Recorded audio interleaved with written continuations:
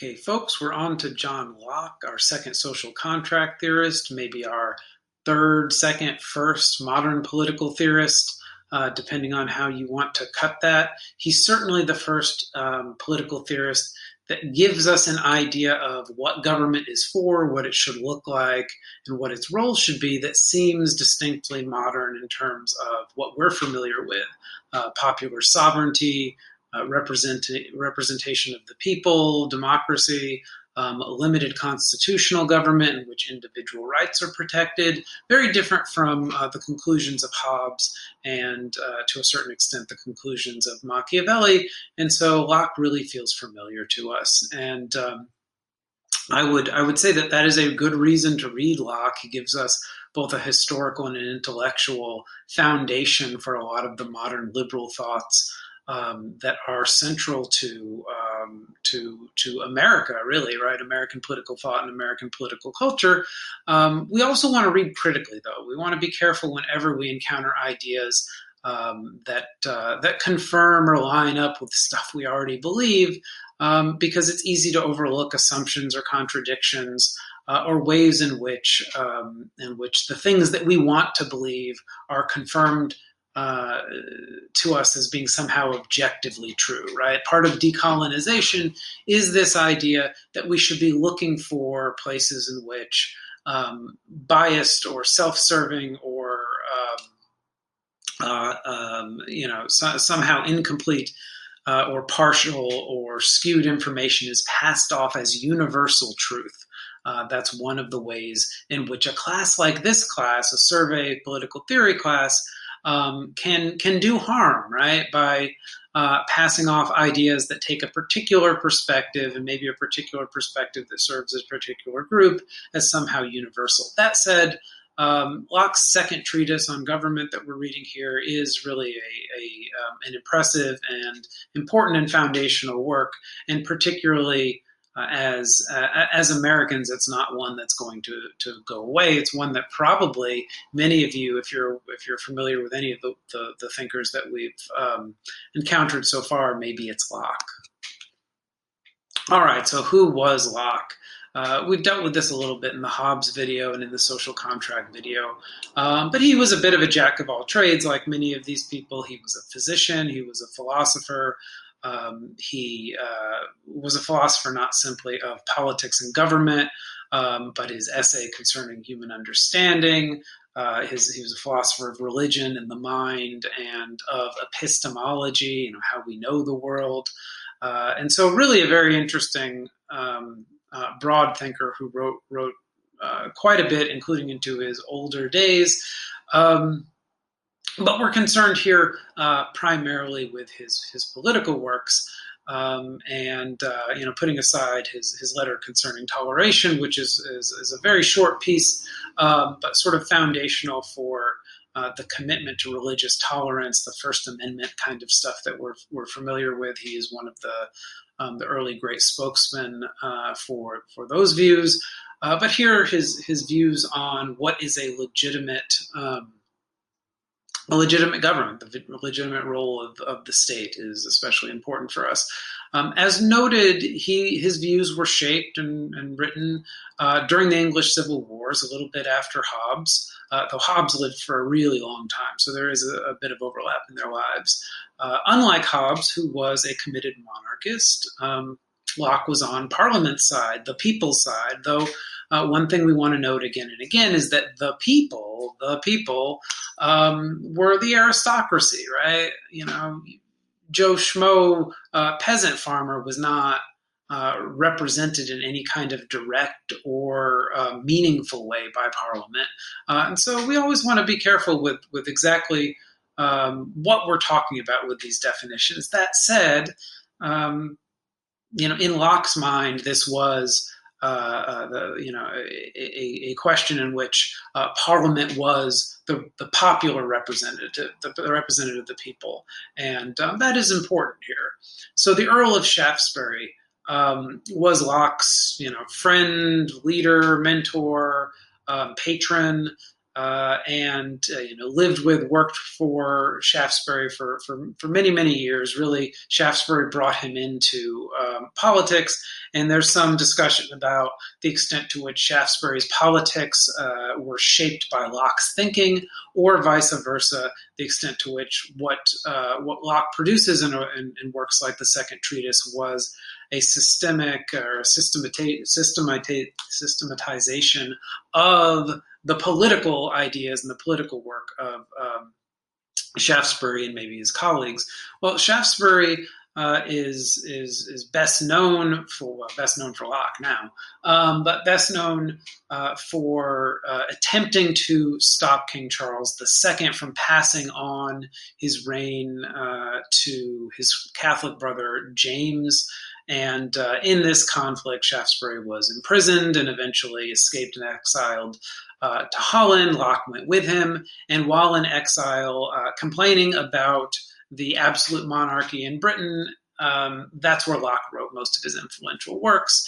And he would go on to return to England during the Glorious Revolution, when William and Mary sailed back, deposed James, and instituted a limited constitutional monarchy with substantial power granted to Parliament in conjunction with the Crown. And so really there's a sense in which what Locke did in his work is he justified the revolution against Charles and James and the monarchy, but also against what he would call tyranny, and was able to explain why those regimes were illegitimate. But since he's coming back and coming with William and Mary here to begin a new reign, right, of new monarchs in conjunction with Parliament, what he also did, and what the Second Treatise also is a legitimization of limited constitutional government, right? So there's sort of this dual trick here of that government is illegitimate and needs to be overthrown, but this one that we're establishing is good and legitimate and just, and everybody should do what it says. And that's the dual sort of trick. Of course, one of the reasons why Americans in the American Revolution liked Locke so much, or was so influenced by Locke, is because that's what we were doing, right? That King George, he's a bad guy, he's a tyrant, we're going to throw him out and free ourselves. By the way, we're now the legitimate government of America, and everyone who lives here has to do what the powers that be say. And so how do you do that dual thing of some governments are not legitimate, some are, right? Hobbes, of course, wants to justify the one, he likes absolute monarchy, but the one you've got is the legitimate one. Locke is saying there are some governments that are illegitimate and should be torn down, and others that are legitimate and should be defended at all costs. And so that's the line he wants to run.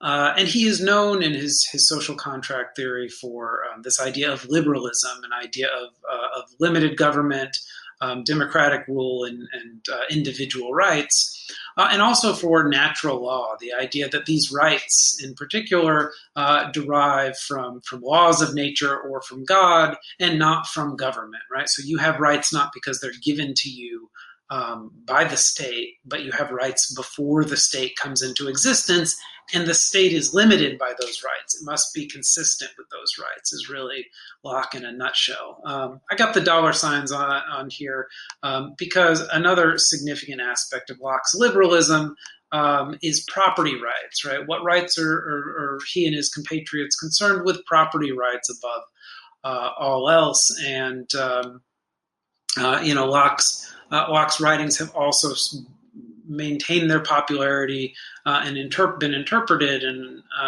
over the years to justify sort of, limited property rights or extensive property rights and limited legitimate role of government. And so often that translates, and maybe it translated as his time as well, into a defense of the property rights of the wealthy in society.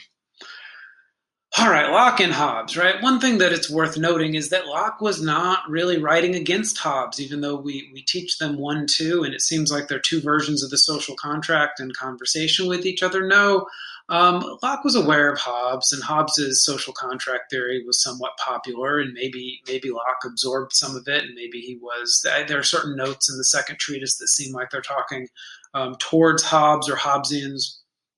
But primarily, he was writing against divine right monarchy, and Sir Robert Filmer is the subject of the first treatise, and Filmer's arguments for divine hereditary authority given to God, given by God to Adam and passed down through the ages to kings and on to contemporary lines of hereditary monarchy.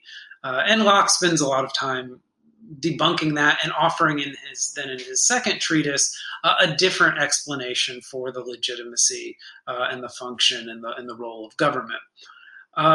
That said, I think it's entirely appropriate for us to read Locke and Hobbes as if they were having a conversation, or to put them into conversation, right? Just because the goals or the project of Locke was maybe not to provide an alternative, a contrast to Hobbes. I think when we read them that way, it's highly illuminating and it's highly useful for us understanding the concept of the social contract and the concept of political institutions designed to fill in the gaps and mesh with human nature. I think that this project that they're both engaging in is quite interesting if you look at it that way.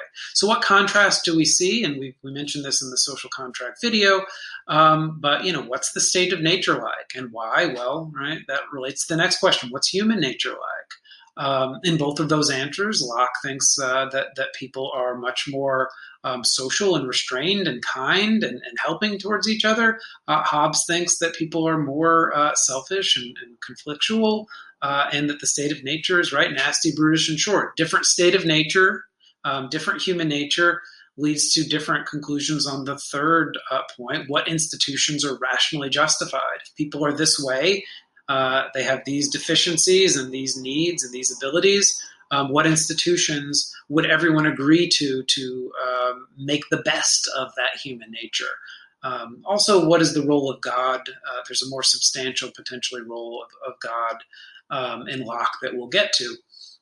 But with those sort of questions there and those contrasts, the central contrast or central dispute is about what we would call absolute arbitrary power, which Hobbes says is the answer to what we need to do in order to harmonize human nature, is have extreme power in the hands of one body, ideally one individual, to stop all conflict. Locke, by contrast, says no, that is the surefire way to produce conflict. What instead we need is legitimate popular government, and that gets us towards some of the ideas that make Locke so popular in American courses, American universities, and American political culture. So we've got Lockean America here, and I love, by the way, I have this weird fascination with images like this of hyper Americanized symbology or whatever, particularly ones with Trump. I think that's sort of super fun. It's a guilty pleasure of mine. But there's a lot of American political thought, principally Lewis Hart's and his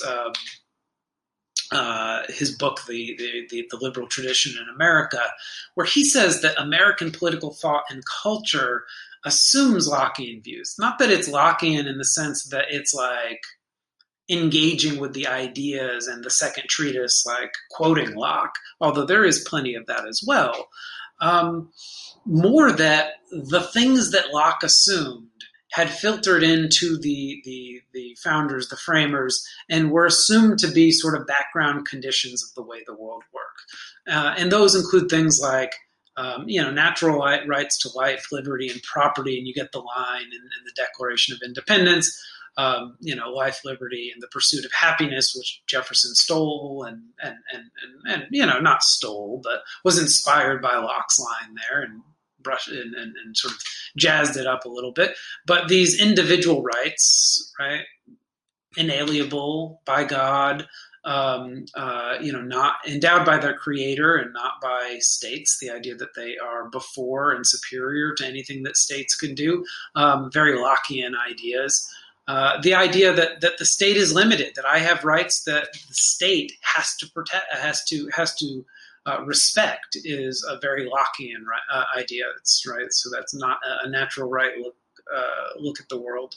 The idea that there should be a minimal state, as in too much state power, more than is needed for its function, is oppressive and limits liberty unnecessarily and unjustly, is a very American idea, and that can be found very heavily throughout Locke.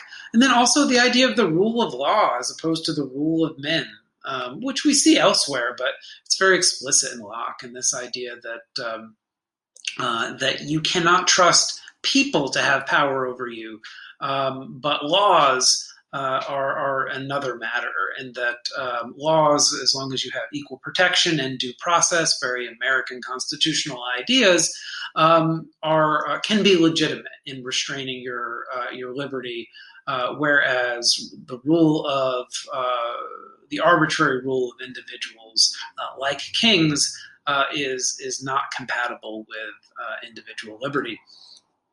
The idea that individuals acting together, giving popular sovereignty, right? So authority from the people through some kind of representative government or democracy. Again, this is the only legitimate justification for government, that this is also a very American idea. And then, as I mentioned before, the idea that we have a right or a duty to revolt against tyrannical governments that infringe upon our natural rights, all over the Declaration of Independence, and the Declaration is, of course, full of complaints where the colonists are establishing that King George is, in fact, a tyrant, and that there's a pattern of tyranny and violation of rights in British rule of its North American colonies. That's very consistent with Locke and the later chapters of the Second Treatise on revolution and dissolution of government. All right, some points on the text. As I mentioned before, Chapter 1, and it's very brief, but lays out this idea that, in contrast to the kind of thing that Hobbes is saying, where absolute power produces peace, Locke is looking at the English Civil Wars and saying, you know what? You know what produces conflict and war and revolution? Illegitimate government. You got to give some justification to the people, rational justification for the role and the legitimacy of a particular government. And if you don't have that, you're always going to have people trying to get rid of it or fighting to change it. And so the only way you're going to get a lasting peace is to have a legitimate government. And so how can we do that, right? In a sense, this is a very similar goal to what Hobbes is doing. What kinds of institutions, what kind of government produces peace and security and prosperity? Locke just happens to think that it's a limited government working within the rule of law. Now, one thing to note when I say, is this the same, this is different, this of course seems very different from Hobbes. But remember that Hobbes too was saying, all right, government, absolute power, but you should promulgate general laws and have courts and make sure that people are well taken care of, and all this stuff that, again, doesn't feel too conflictual with Locke's liberalism. At the same time, the idea of popular sovereignty and real control by the people is quite different. And that is, in the end, for Locke, essential to a government being legitimate, that its authority derives from the people. All right, in Chapter 2, we get the state of nature, which, to sum up, is pretty chill. It is not nasty, brutish, and short like Hobbes' state of nature. Instead, what you have is a bunch of people acting with freedom, and importantly, this is liberty, not license. License is the kind of liberty, or the kind of do whatever you want for yourself action that Hobbes describes in his State of Nature, Locke sees freedom as or liberty as acting as one wishes within the bounds of natural law, which is something that we'll get to in a second. But the idea that you're free to do anything other than violate natural law is sort of Locke's essential version of liberty. So even in the state of nature, you're not free to do whatever you want. You're free to do whatever you want within the rules. And where do those rules come from? Well, we'll get to that. He also talks about equality. He and Hobbes both talk about equality. Locke is very clear, though, that we're talking about equality of rights, equality of value. Each one of us is a citizen with equal value. Each one of us is a child of God with equal value, all of that kind of stuff. We're not equal in ability. And this is important because Locke is very explicit in stating that his type of limited government is going to produce inequality between the people, and that's okay. And that's going to stem in his mind from differences in ability. So a lot of our contemporary ideas about meritocracy and that property rights plus inequality in people's abilities are going to produce unequal outcomes. This is something that Nozick, in his famous Wilt Chamberlain example, will talk about. That Wilt Chamberlain was just so talented and great as a basketball player. We can make it the LeBron James example. That unless you oppress him, he is going to become rich. He is going to become famous. He is going to rise above because he's just so naturally great. And that's fine. That's part of the setup. And so that's important when Locke talks about equality. He doesn't mean that we're all going to get the same. He means that we all have the sort of basic human rights and the basic access to this third part, reason, right? Some people are smarter than others, but we all have a basic access to reason. And this is important because we all see these rules, these natural laws, these general guidelines that are much thicker and tell us much more how we're supposed to behave than Hobbes views natural law. For Hobbes, natural law is take care of yourself, right? And there's really no idea of justice or rights or duty outside of a state that has sovereign power and the ability to punish and to enforce. For Locke, no, that exists in the state of nature, in part or completely because we all have access to these rules baked into our brain. It all makes sense to us. And so we are all collectively engaged in this kind of enforcement of the natural rules of justice, which means if everyone's acting under these rules and everyone's enforcing those moments when people stray from them, you're going to have a pretty orderly, cooperative, successful life out in the state of nature without a state, right? So some of the things that Locke focuses on here, the idea that we belong to God. God made us, and so He owns us. Now this seems like a real weird departure, but we'll have to decide whether or not that's essential to Locke. Maybe it is, or maybe it's not. Maybe you can replace that with some other kind of natural equality, like Kant says, something akin to, in recognizing the value of myself as a thinking, rational being, I have to recognize that value in others who are also thinking and rational. Otherwise, I contradict myself and I ruin my belief that my life has value and meaning. If my life is going to have dignity, I logically have to acknowledge it in other people and therefore treat them with the dignity that I think I deserve. And then, there's this idea from Kant that's where we get meaning. Kant's another liberal, and in the canon, Rawls draws a lot on Kant as well as Locke. But Locke gives us sort of a different explanation. God made us, and so He owns us, and so we should take care of God's stuff because He is the owner of us and the owner of others. Right? What does that mean? What are these rules that we derive from these assumptions? Well, we should preserve ourselves, take care of ourselves, keep ourselves alive, preserve our liberty and our welfare, and we should do the same for others. Right? After we take care of ourselves, we should make sure that other people are alive and well and free.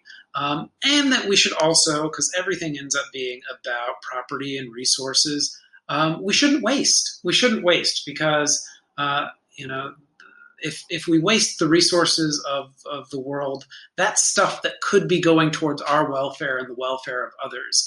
And that's sort of God's plan for us to be alive and healthy and happy.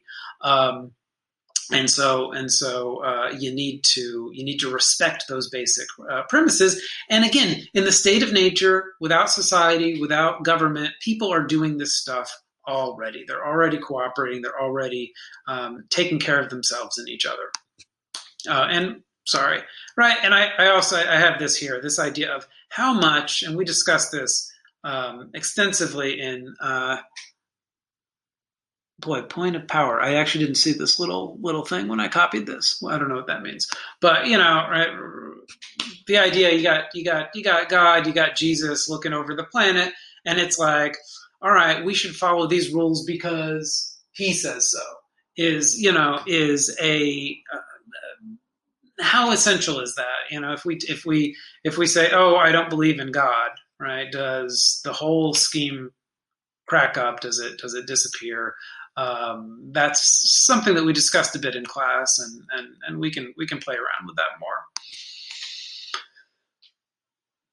But the essential question here is, all right, if the state of nature is so great, why do we leave it? Why do we need a social contract? And the answer is that it's good, it's pretty good, but it could be better, right? It has deficiencies.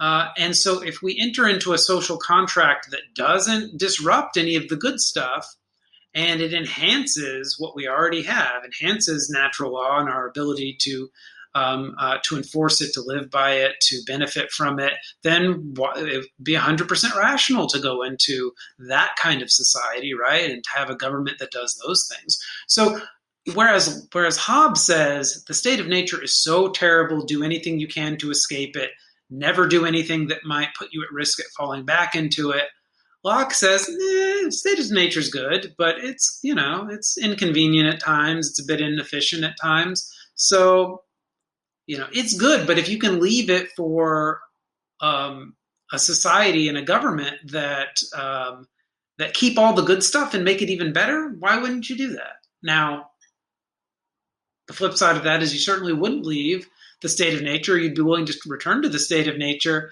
if you found yourself entering or had the option to enter a state that didn't protect all that good natural law stuff that you had, all that good basic life in the state of nature. You're not going to leave that. You're not going to consent to leaving that for something that's worse, that doesn't have those essential rights and privileges and respect and dignity that you found already out in the state of nature. So what are the three sort of deficiencies? Well, there's a lack of a common judge that has objectivity and can sort of settle differences or disputes about contracts or deals or property lines or whatever without having self-love, right? Bias towards oneself, which may skew our perspective. We want to follow the natural law, but sometimes when we apply it, we happen to be partial towards ourselves and our own and the outcomes that would favor us. Only natural. It's not as severe as Hobbes thinks our self-interest is, our bias towards ourselves, but it's real for Locke. And by the way, it's one of the reasons why you can't put absolute power in the hands of a king, because he's going to love himself too, and he's going to do stuff for himself instead of the people. He's going to be biased towards his own interests and not the interests of the people. Why would you want to put someone over you who was going to decide where your property was and what the laws were going to be and things like that, who's going to have his own interest instead of your own interest, instead of your interest at heart? You're never going to do that. That's dangerous. And we'll get, it will also say later on that it violates the basic sort of advice, the basic thrust of the laws of nature, which are to take care of yourself. Locke says, if you put yourself in someone else's power, you've lost the ability to take care of yourself. And so you're violating what God wants you to do. Enforcement, right? So, there are crazy people and maybe, children or roving packs of teens or less civilized or societies or I don't know, whomever is not fully rational and is not fully in sync with the ideas and the restraints of the laws of nature, they might violate those laws of nature, or who knows, there could be some conflicts over property and things like that spin out of control. And in those instances, it might be nice to have a police force and courts and other kinds of enforcement mechanisms, maybe an army, to make sure that our life and our liberty and our estates or our property are fully taken care of to the fullest extent possible, as opposed to simply relying on your neighbors or random other people that you encounter, right? So lack of full enforcement. And then third, the idea that we can't be as productive for a number of reasons, but essentially the idea of spoilage. That without a state to create a monetary system, to create money and courts and things like that, there's only so much you're going to be able to produce without wasting. You're not going to be able to be as productive and bank the value of all your labor as much as you might. And the central example is, right, gathering acorns or picking apples. If you can only eat 1 or 2 hours a day worth of apple picking, and maybe you could barter or trade with your neighbors, and that's an extra hour. So for 3 hours a day, you have a reason to work. Locke thinks with money, you can sell 12 hours a day of apple picking, and you can keep expanding your orchard, planting new trees, cutting down forests, hiring people, selling those apples, and it all becomes coin, money that doesn't rot, and it can be stored and it can be invested and it can be used to purchase in the future, and so it holds its value. It's a way for us to be more and more productive, and this is for Locke, it's very much core tenet of capitalism. But this is part of the reason that we want a state, is because it lets us engage in commerce and business and productivity. And so I got to have, because it's all about apples rotting, right? That's what gets us off the ground. I got to have my Good Will Hunting. How about them apples picture here? All right, so let's step back and look at property here for a second, right? Why is Locke so obsessed with property? And again, when he says property, he often means life, liberty, and estate. Estate is like stuff. By the way, estate, the fact that they're concerned with things like land, property, like houses, land, things like that, as the central form of stuff that you own, again, is significant because a lot of people here own in modern life don't own any land, right? We don't own estates. Property is magical bank account numbers. And things like that. And so, we might wonder how applicable all of these ideas about mixing labor and things like that are in our modern society. But again, why is Locke, concerned with cash, concerned with property? And it's worth recalling that what was the whole deal of the English Civil Wars? The king wants money, taxes, from the landed gentry, the landed aristocracy, so he can fight his wars and pay his bills. And they say, not without our consent. And he says, screw you guys. You're dismissed. You're no longer part of the government.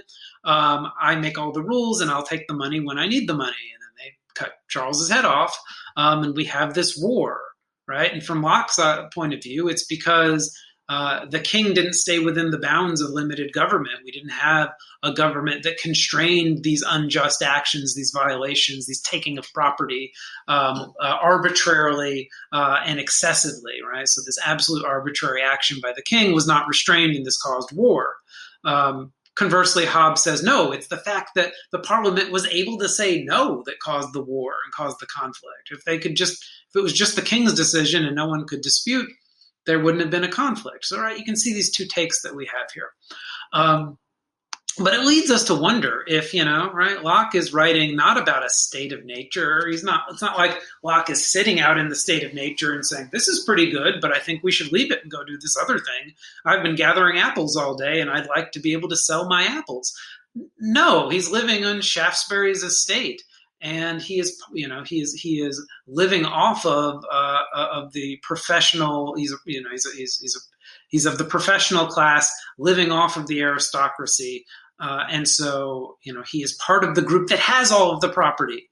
And so to write a state of nature-based theory that says, the point of this is that you have a natural right to keep all of your stuff, seems perhaps suspect. And, as we sit today in a society where you can't just go out and mix your labor with, a bunch of stuff you find in the state of nature and, become wealthy from that, become prosperous, it seems a little self-serving to say that there should be natural property rights.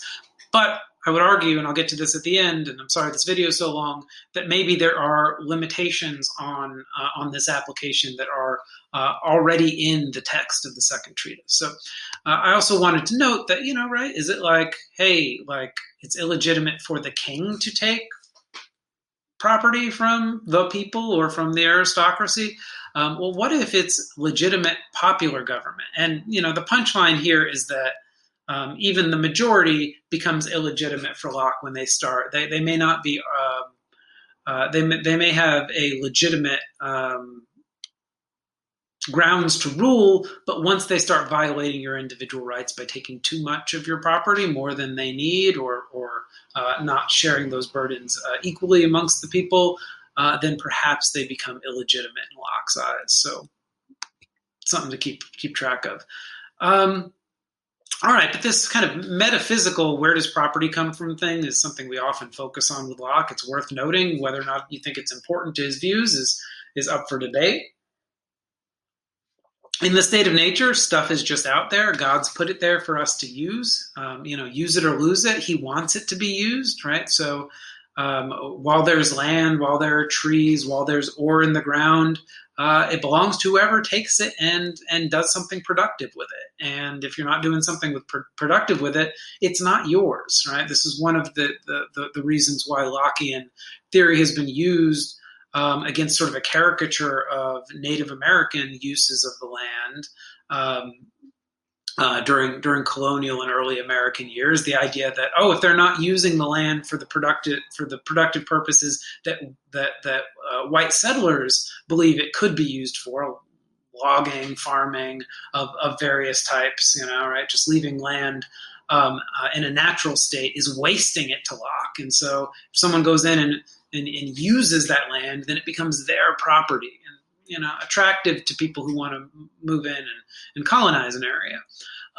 But why is that for Locke? Well, one of the reasons is right. So when you mix your labor with something, you mix a part of yourself. And so the acorn that I pick up contains part of me now because I've gathered it, or the tree that I carve into furniture, part of me goes into it as I labor. And so it's part of me. I own it like I own myself. I own myself. I own my labor. I own what I combine my labor with. But part of this drive towards productivity is that Locke believed that 99% of the value of things comes from human labor, right? So we've got this picture here where there's a forest. This forest is worthless. But I add my labor by cutting it down into lumber and then maybe fashioning that lumber into something, chairs or a cabin or something like that. And and then I plow this land and I plant crops. I have transformed it from something that's worthless to something that is incredibly valuable to human welfare. And this is what Locke thinks God wants for the whole world. And so the only bounds on what we can do with the world, the natural world that we find, is you can have as much as you can use without wasting, right? You can't let things rot, or you can't just cut down the trees and pile them up and just leave them there to rot or to never be used. As much as you can use without wasting, right? So that's why you want to be able to sell these for money, this lumber that you've cut down, because if you just leave the trees there, you're not using them. But if you sell them off, other people will use them, and you'll get the value of that use that other people are engaging in, right? So it's a way to be productive or to get rich, however you want to look at it. But here's the kicker, right? In this original state of nature, you can have whatever you can take as long as you don't waste it, and as long as you leave enough for others. And Locke kind of says, well, in the state of nature, there's endless land and trees and whatever. Me taking some apples, me cutting down some trees never makes their not enough for other people. But this is patently not what the world is like today. Like, we can't all have as much as we want. There isn't enough stuff to go around. So this idea that that our property rights in things are contingent upon there being enough for everyone, I find this interesting, and I find that one thing that should be noted. Locke is also very explicit about this idea that, he doesn't say it, but a rising tide lifts all boats. That he understands, and that people understand when they contract into society, that this productive activity is going to be based maybe somewhat on luck, but mostly on skill and natural aptitude, and that there are going to be inequalities. But he believes that everyone will have more stuff in a state that has just laws and has a monetary system and things like that. And so everyone will be better off than they were in the state of nature. Now, will everyone be better off than they would be in some other state? This is where Rawls ends up pushing some of this Lockean idea of, is it required here that you live in the best society, the society that would help you the most if you were the least well off? That's an interesting question. It doesn't appear necessarily in Locke, but maybe the possibility of it is. And I like this. The rising tide lifts all boats, but the yacht and the and the raft are being lifted differently. Not necessarily the case that everyone benefits as much from Locke's state. All right, the social contract. We're almost done here. It'll be about 50 minutes. I'm sorry, folks. The social contract. It's important to know, and my old Nancy Hirschman, my old Locke professor, moderns professor that I studied under and worked under at the University of Pennsylvania, always spent a lot of time talking about the two steps. She thought it was very important.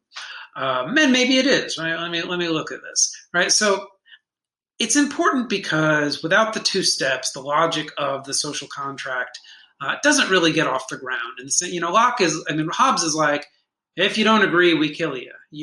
All we need is a majority because the majority can kill the minority, which is a little bit weird, right? If 51% of the people fight 49% of the people, you end up with a lot of dead people. You don't end up with the 49% of the people dead or forced into joining, right? So that's a little bit dicey. But Locke doesn't want anyone fighting or forcing, right? Force is not a legitimate basis for government, and that's the whole point here. But he believes that the first step, everyone's going to agree to. You're going to agree to enter into society because it's rational for any individual. If you don't agree, you're not rational. Forget about you. And this is why, is because in society, in a legitimate society, the laws of nature still govern. So you don't lose anything because you still have all your rights. You only give up the powers that are needed to secure those laws and to secure the rights that you already had, right? So you're not giving up excess liberty and freedom to do whatever you want, just as much as you need. But you're giving up everything that you need to secure those rights. Right? And this is important. It gets into, Locke says stuff like you got to serve in the military, even if you don't want to, because it's necessary in order to secure your rights against marauders in other states and things like that. So you got to pay taxes. He says explicitly, you got to pay taxes. Now, what are excessive taxes? What is no more than is needed? That sets up an interesting question. So you got all the power you give up to society, but no more than is necessary. And you also, one of the powers that you give up is majority rule, because Locke thinks it's the only logical, understandable way for a collective body to act. Majority rule. Maybe we dispute this, and we don't think it's correct. There have been many political theorists that say that's not the logical way for a body, a consensual body to work. But Locke says no, majority rule is part of it, and that's key, because then you got the second step, where once you've joined society, the majority of that society then determines the form of government, the composition of the government, and the laws that government makes, consistent with the laws of nature, right? So there are all these constraints that are set up by the laws of nature about rights to life, liberty, and property, and popular representation, and things like that. And so whatever government the majority picks has to be consistent with that. They can't say, all right, and now all people with blonde hair are slaves, right? They've now violated the natural law, and so that's illegitimate. But if they want to say, Tuesdays everyone has to wear green shoes, maybe that's okay, or no green shoes, or right, they might be able to make, or we're going to set the income tax at 12% instead of 10%. Right? These might be decisions that the majority gets to make, and how many representatives, and the composition of the legislature versus the courts, and things like that. Because all of those different permutations are still consistent with the natural laws, and presumably under all of them, everyone in society is better off than they were in the state of nature. And that's essential, because if you're not better off than you would be in the state of nature, then it's unjust to assume that you would consent to this society. Right? And then also there's a second point that I think is interesting here. The idea that you have to effectively, how effectively? As effectively as possible, maybe? Or just minimally effectively, better than the state of nature? What is the standard here? Be protecting and enhancing those rights. Right? Locke is translated into Nozick to say minimally better. As little as whatever the minimal state is to take care of and secure your basic rights. That's all you need. Rawls says, well, if you had a choice of 10 different societies to enter, you'd enter the one that best secured your interests and your natural rights. So why shouldn't there be an obligation for the state to be set up that way? Because if it ain't doing it, why don't we take down these institutions and put up some ones that better protect our rights? And that's an interesting and open question that we'll have to discuss here. All right, and losing my light here. I'm in the dark. We'll soldier on. The end of society, right? Because for Hobbes, your revolution is justified. Never, right? The social contract ends when the Leviathan can't protect you, when the sovereign can't protect you. Some invading army comes in and kills the sovereign's army and takes over your town. Well, the sovereign couldn't protect you. The contract is void. But you never get together and decide, I don't feel safe. I feel like, we could do better than this, or I don't really like the kinds of tax policy or the kinds of restrictions on trade or dress or customs or religion or anything that this society is, the sovereign's putting forward. Let's end the contract. No, there is no decision in Hobbes to end the contract. Now, for Locke, there is a natural point at which the contract ends, and that's when the government that you are under starts to violate consistently, not just one-off, but consistently violates natural law and your natural rights, right? So that's the core of the contract. That's the whole reason you're in it.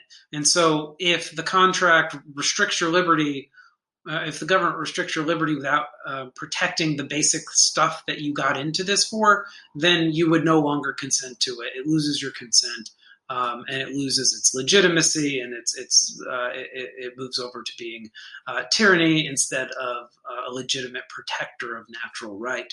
Now, importantly, phase 2 may have to be redone here. You tear down the government, but phase 1, as long as the people in the society, the culture, the nation remains, there is never a dissolution of this basic need to enforce the laws of nature better than they would be in the state of nature. So you get rid of the government, but then you got to constitute a new government in order to better fulfill those functions. And so, right, you never get out and go back into the state of nature, even in a tyrannical situation. The only way that you're going to end up back in the state of nature is, if there's a war, an invasion, something like that, and all civil society is destroyed and breaks down, nuclear war, and you're wandering the void with a bunch of other strangers. maybe you've gone back into the state of nature, but as long as society is not destroyed, the contract that binds it together remains. Once again, what is the nature of a government that is tyrannical?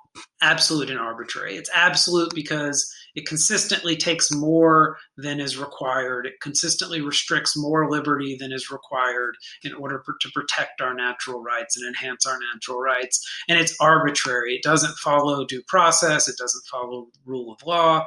Locke says where law ends, tyranny begins, and that feels very familiar to us. As a people who has a written constitution that feels that the written constitution is very important, as opposed to, say, England and their unwritten constitution, we tend to think that writing down laws and restrictions and outlines for power is very important, and that when people are just unbound to make decisions about who gets what, when, where, how, that this is not okay, that this is arbitrary. So, right, if it's one thing to pass a tax that, say, everyone pays 7% sales tax on purchases. It's another thing for the official to say, John, you're going to have to give up your home as a tax because we need it from you. That's arbitrary, right? And so when we have a long train of abuses, not one gray area violation or this or that, little one-off problematic moments in government, we don't abandon the thing that protects our natural rights willy-nilly. But as the Declaration says in the bulk of the document, when you get this long pattern of abuses that establishes that the nature of the government is no longer one that's consistent with the laws of nature, then it's your duty to overthrow it. Not even your choice, right? Because you got to protect yourself and you got to protect others. You can't leave the defense of yourself and your rights and others and their rights in the hands of some absolute tyrannical power. You got to get that power back so you can protect yourself. And so you may have a duty, in fact, to overthrow a tyrannical government. All right, this is my last odds and ends slide. A few things that you might find interesting or want to note. There's the episode of Kill the Thief, right? Kill the thief. I thought we had natural right to life. I thought that this was, human rights kind of stuff. Well, I think that this is telling or notable that that Locke thinks, well, the thief puts you under his power, just like the absolute monarch, and he could decide to kill you, right? Your money or your life. Well, you know what? I've decided I don't want your money. Bam, your life. That if you have the opportunity, kill the thief, because A, irrational, not following the laws of nature. Who knows what the thief is going to do next? And B, you're out of your power and you're not doing your duty to God to protect yourself and others. So you got to get that power back. And if it means killing the thief, so be it. Now, presumably, and it is said, if you don't need to kill the thief, if you hit the thief over the head with a baseball bat and the thief is unconscious, you don't got to keep hitting the thief until you kill them. But if right, if the way to get yourself out from under the power of the thief is to kill them instead of giving them your money, go for it, right? And I think that that's important for Locke, that the radical defense of liberty seems to be part of this. Also, right, so how important is this ownership? God owns us? Well, the fact that he's very explicit about you can't kill yourself and you can't sell yourself into slavery, even though that's your choice, makes clear that he's saying, no, you don't own you. You're the caretaker for you, and you is God's stuff. And you know what he said? Don't, you can't sell yourself off and put yourself in the power of someone who might kill you, right? So, and you can't kill yourself because that's the whole point. He doesn't want you dead. And so, suicide or voluntary slavery, right, which is a weird thing, but, indentured servitude, that kind of thing, perhaps, not allowed. You, in making a choice for yourself, are violating the natural law with respect to yourself. And that, I think, shows that Locke is perhaps serious about this idea that ownership of the world and its inhabitants by God is an important part of this project. Tacit consent. Oh, man, I'm sorry for this long video. Tacit consent, right? So, we get to this idea, I never consented. I never signed this contract. Locke is kind of squirrely here, and he says, well, no, but you didn't give explicit consent. Most people didn't, though maybe the founders did. But you know what you did? You used the benefits of this society. You held property. You used the roads. You used other services. You used the protection of the police and the military. If you take the benefits of the contract, it is assumed that you have assented to the contract. Now, where Locke says that an explicit contract that you enter into voluntarily, you can't leave. You can't just bail on it. In the same way that, right, the South couldn't just secede and say, we're done with this union, we're out, because right, you made a commitment, and as long as that commitment isn't violating your rights, as long as it's still a legitimate government, you got to stay in. But for tacit consent, Locke says you do have the right to exit. Well, if you don't like it here, stop using the benefits. Get the hell out. But here's the kicker. Your property, the stuff you own, that only exists because of the government. Remember, that's why we made the government, so that there could be property and money, right? Money beyond simply like the land, but like cash money and possessions and things like that were beyond anything that could be produced and traded and developed within the state of nature. Well, that stuff stays with the society and the government. So if you want to leave your stuff and get out, is sort of the answer. Now, it's a little bit gangster there by Locke, right? Oh yeah, you agree because you're here, and you can leave anytime you want to, but you're leaving with whatever you're wearing, and that's about it. Clothes on your back, get out. Not so voluntary, maybe. Prerogative. The idea that Locke is all about limited government, except when he isn't. Right? The chapter on prerogative, Locke basically says, well, nobody enters into a contract that says the government can't act to maintain itself when invaded by foreign powers or when there's a natural disaster. So it's assumed that who's ever in charge and best able to use those powers of government can, even without laws or without like a legislature, the representatives of the people, approving it. If Canada invades, the president's gotta call up the military. He's gotta do what he's gotta do. If there's an earthquake or whatever, gotta do what you gotta do in order to maintain the society and the government. And so there's this idea of prerogative that is the right of the prince, essentially, of the executive, to do what needs to be done in an emergency situation in order to protect, defend, sustain the society. Now, the rub here is who decides what the emergency is and how long it lasts and what's appropriate? Well, it's the prince. It's the executive. It's emergency powers are decided on by the prince, by the president, by the executive. And what if the people or the legislature says, no, that's wrong. Like, that's too much. It's not necessary. Well, it's still, emergency powers. I can't be, limited in what I think I need to do to save us all. Now, if this slides into tyranny, then the people can judge it to be tyranny and they can overthrow that executive, that ruler. But it's sort of a gray area. Short of that, what do you do? Locke says, well, appeal to God, complain to God, if you think that the government is acting tyrannically, but most people don't, right? Most people don't, because in the end, the thing that shows that a government was tyrannical, you can make a case for it, but it's that the people decide that it's tyrannical. And how do they show that? They take to the streets, they take up arms, that kind of thing.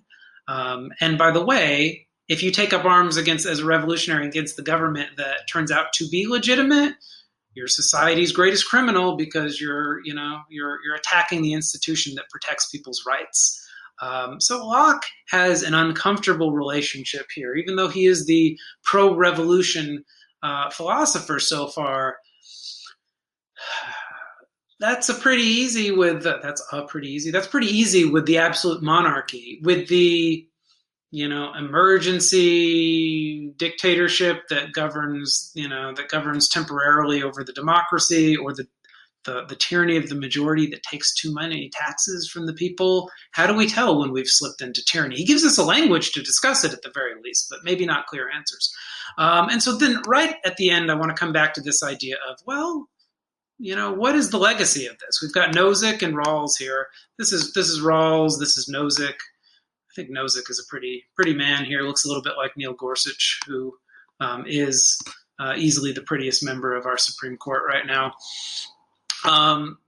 Nozick says the minimal state, right? It's the bare minimum. That's what's justified. That's what you would consent to, because you wouldn't give up any more liberty than you have to in order to protect the rest of your liberty, your core liberties. So the minimal state is all, minimal taxes to support the police and the courts and the military. Rawls says no. You would agree to the state.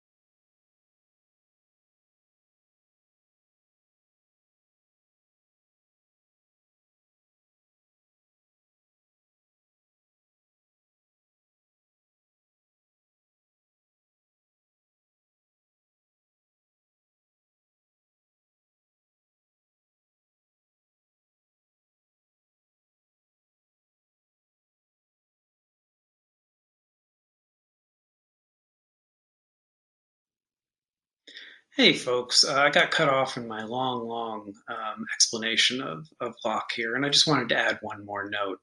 And it's on this idea of, Nozick in the minimal state versus Rawls in the welfare state or the thicker state as justified by Locke's social contract and this legacy and this connection back to Locke. And it has to do with this idea of what the natural law under Locke says that we are entitled to and that what we're responsible for. And essentially, right, it says that I'm responsible to protect my life and to protect my liberty because those two things allow me to protect, to protect God's property, my life, but then also to protect you and your life and your liberty. Now, one of the things that interests me is that someone like Nozick will say, well, yeah, right? So security, right? So like the courts and stuff, right? The courts and the police and the military, that protects your life.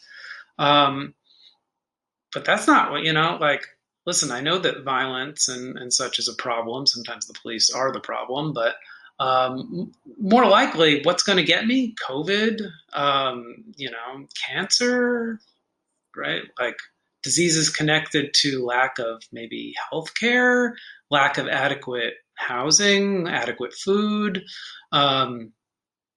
poverty that I because I don't have a minimal basic education and what does that mean in our society today? Maybe it means a college education or at least access to a college education or trade school. If I don't have all of these things when they're available, then I am likely to suffer and potentially or probably perish earlier than I otherwise would have. And so I think that there's a more generous contemporary interpretation of Locke that says something like, geez, once I have all of the stuff that I can use to make my life good, like a nice house that keeps me warm and safe and a car to get to work and food to eat that makes me nourished and happy and all of that stuff, my health care to make sure that I can afford those treatments and maximize my life. At some point, it's all just like gravy, and you have fancy cars and giant TVs and trips to Tahiti. Do people still go to Tahiti? I don't know, right? But the luxuries, the excesses, and particularly that's true with the wealthy and the ultra wealthy. Um, the idea that John Locke, as someone whose core premise is that you have to take care of yourself and others, that what God wants is for you to survive and prosper, that he would endorse a type of property rights that says that we should allow someone to have $100 billion and someone else to not have health care, or that we should allow someone to have $100 billion and someone else to be food insecure, seems like a atrocious application of that logic that does not account for the possibilities, the things that government can do for us today that are so far beyond perhaps what Locke could, in his time, envision. And the excess in productivity and resources that he said, oh, we're going to have so much productivity. Well, like Marx acknowledged this too. Yeah, like capitalism is going to make a lot of stuff. It's really, really good at productivity. But at some point, you have enough stuff that you can redistribute that to give everyone a decent life without anyone losing their basic stuff, or even like way more stuff than they'd ever be able to produce or accumulate in the state of nature. And I think that's sort of the kicker, right? That you say to someone like Nozick and his interpretation of Locke, like, why do you have that property? Like that mansion, that $10 million mansion, like what makes it your property? The law makes it your property. What makes the law the law? Is it the law of nature? Is that really like, did you mix your labor with that whole house? No, it's the contract itself that makes it possible. And so why wouldn't we agree to a contract or why would we agree to a contract where the fruits of our labor and the fruits of society went so unequally to some, right? The security, the roads that Locke talked about, the roads, the security, the laws, the courts, and all of our following those. That's what makes wealth possible. Wealth above and beyond, whatever you could in the state of nature fence in and homestead for yourself.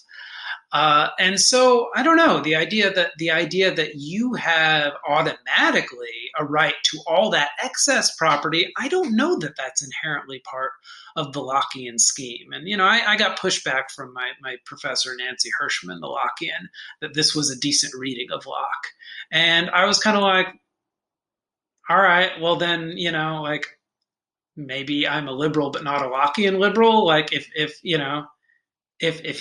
his views translate into something that doesn't make sense to me today, then forget them. But if they translate if there is a basis for reading them this way, which I think there is, then that's how I'm going to read them, and that's how I'm going to harness those ideas that are important to our political tradition for goals that I think are more just, and more just maybe than maybe the seed of that isn't contained in Locke, but maybe they're more just in my eyes than what Locke was advocating in his own words. And I think that that's the power of interpretation and application and philosophy as a collective effort where we talk about ideas, we talk about what Locke says, and frankly, I don't necessarily care if he thought that taxes of X amount were